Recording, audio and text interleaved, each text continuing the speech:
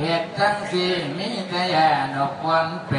ผู้สู่ทางอันนี้นั่นเป็นไปหมดสู่ทางขันเราแต่บ่ดี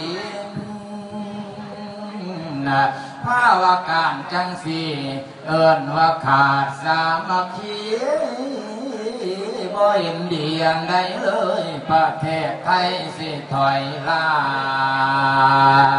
สร้างบ่พากันตั้งฟังคำพระเพิ่นเทศแน่นอ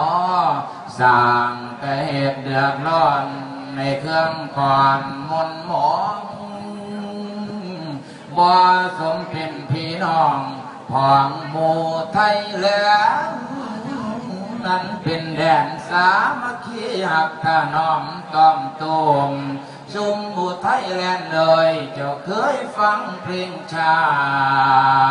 ติคณะญาติพี่น้องสิเคยร้องอยู่ตัวน้องแม่นเจ้าเคยคิดพอหรือบ่เป็นชะไหน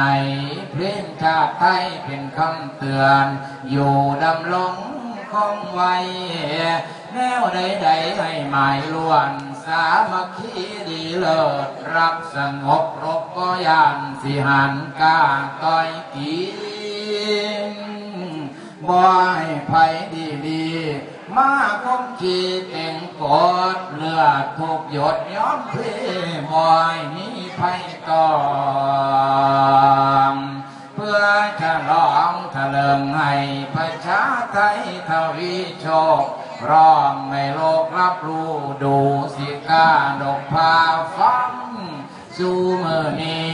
แม้นเจ้าเหตุจังสันหรือบ่สิขอถาม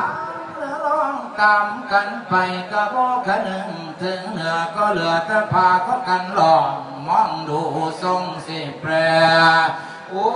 ยแม่ใหญ่พ่อใหญ่เอ้ยในแก่ไทยพี่น้องพันมากองเขียนการบ้านนั้นพากันร้องว่ารักษามัคคีอย่างแต่กันได้ดีบ่ส่งเสริมเติมตั้งคิดยากจังภายนาอาจจะมาก็เริ่มเบื่อไทยบ่ร่วมเลือดเนื้อจากสิเว้าว่าจังใดนั่นดอกนาจากไทย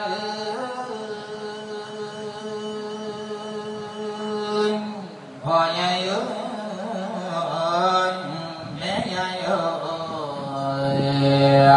แม่ป้าเอ้ยพ่อลุงเอ้ยเสือเหลืองเอ้ยเสือแดงเอ้ยประยุทธ์เอ้ยเอาละเมาไปไล่กะบ่ได้หากไม่ไผ่สิพันก่อนหากบักย้อสิเจ้า